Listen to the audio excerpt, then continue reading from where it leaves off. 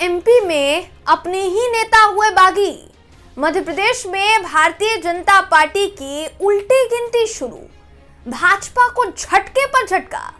दोस्तों, मध्य प्रदेश में चुनाव होने हैं। चुनाव से पहले बीजेपी बड़े बड़े दावे कर रही है, कह रही है कि चुनाव तो वो ही जीतेगी। पहला बड़ा दावा तो यही है कि चुनाव वो जीतेगी, हालांकि इसके आसार कम नजर आ रहे हैं। फिर उसकी लिस्ट को लेकर उसका कहना है कि उस लिस्ट के जरिए बहुत बड़ा धमाका होगा और विपक्ष पर उसका असर पड़ेगा, मगर ये धमाका बीजेपी पर उल्टा पड़ता दिखाई दे रहा है। उल्टा पड़ रहा है, बहुत बढ़िया उल्टा पड़ रहा है। बीजेपी को अपने ही नेताओं ने चुनौती देनी शुरू कर दी है। दोस्तों, मध्य प्रदेश में भारतीय जनता पार्टी अपनों की बगावत से गुजर रही है। वहीं आने वाले समय में ये बगावत 30 और विधायक कर सकते हैं। ऐसा मैं क्यों कह रही हूँ, इस खबर में आपको बताऊंगी। आखिर तक इस वीडियो को जरूर देखिएगा। नमस्कार, मेरा नाम है जयंती झा और आप देख रहे हैं देश नीति।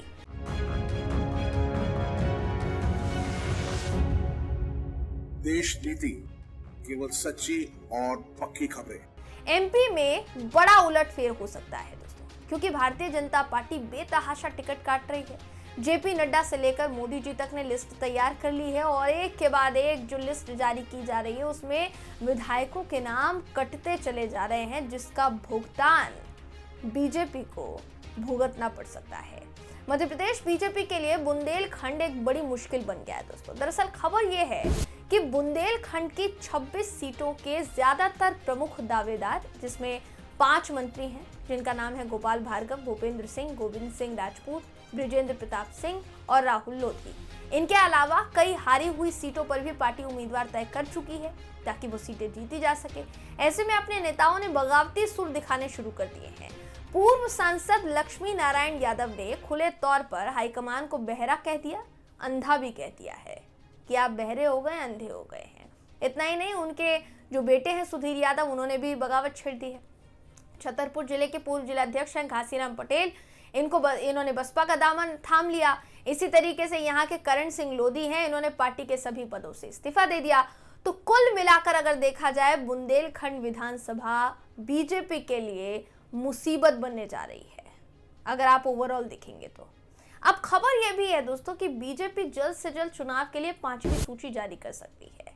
इस सूची में बीजेपी के कुल 30 विधायकों के टिकट कटने के आसार नजर आ रहे हैं। बीजेपी कार्य समिति की बैठक में 25 से 30 विधायकों के नाम कट सकते हैं, क्योंकि सर्वे में यह पाया गया है कि उनके निर्वाचन क्षेत्रों के लोग उनके काम से खुश नहीं हैं। बीजेपी ने प्रदेश में अभी तक 136 सीटों पर उम्मीदवारों की सूची जारी कर दी है। रविवार यानी संडे को प्रधानमंत्री नरेंद्र मोदी की अध्यक्षता में केंद्रीय चुनाव समिति की बैठक होगी और इस बैठक में राष्ट्रीय अध्यक्ष जेपी नड्डा से लेकर गृह मंत्री अमित शाह की अध्यक्षता में आप कह सकते हैं कि लिस्ट जो है वो जारी होगी। बाकी के जो 94 सीटें बची हुई है दोस्तों, उस पर उम्मीदवारों के नाम फाइनल किए जाएंगे। अभी तक ज्योतिरादित्य सिंधिया का नाम सामने आया नहीं है।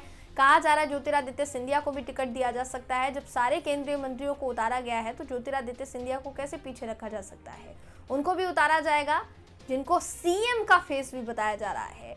लेकिन जो केंद्रीय मंत्री अभी इस वक्त फिलहाल हैं ज्योतिरादित्य सिंधिया, लेकिन जो नेता अपनी पार्टी को छोड़कर दूसरी पार्टी में आए और उस पार्टी की एक के बाद एक बुराई करने लगे, जब तक वो थे कांग्रेस में तब तक बहुत अच्छी पार्टी थी उनके लिए, लेकिन जैसे ही उनको जिम्मेदारी वहां कुछ नहीं मिली, भाजपा में जिम्मेदारी मिली, ऐसा उनके ऊपर आरोप लगता है, वो बीजेपी में आ गए।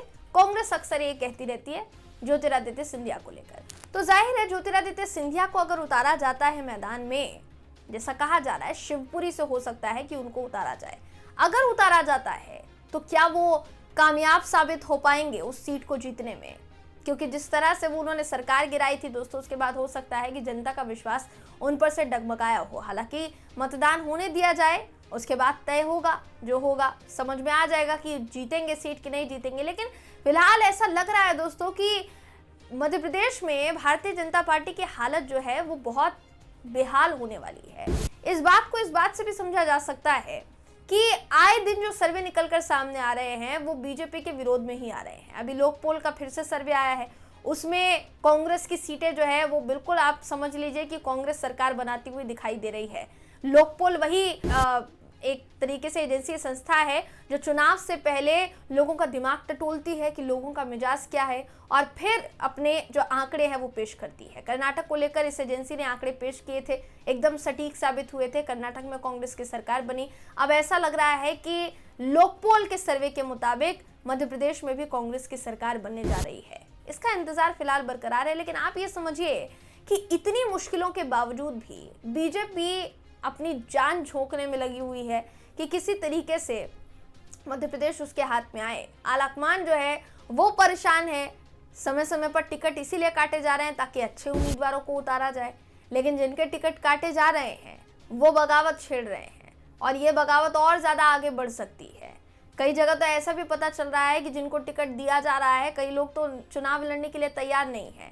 तो ऐसी स्थिति का सामना कर रही है इस वक्त बीजेपी। दोस्तों, कैसे गुजरेगी इस स्थिति से, ये देखने वाली बात होगी। फिलहाल इस खबर में बस इतना ही। आप इस खबर पर क्या सोचते हैं, आपकी क्या राय है, कमेंट करके जरूर बताइएगा। वीडियो अगर आपको पसंद आया हो तो वीडियो को लाइक कीजिए, शेयर कीजिए, चैनल को सब्सक्राइब करना बिल्कुल भी ना भूलें।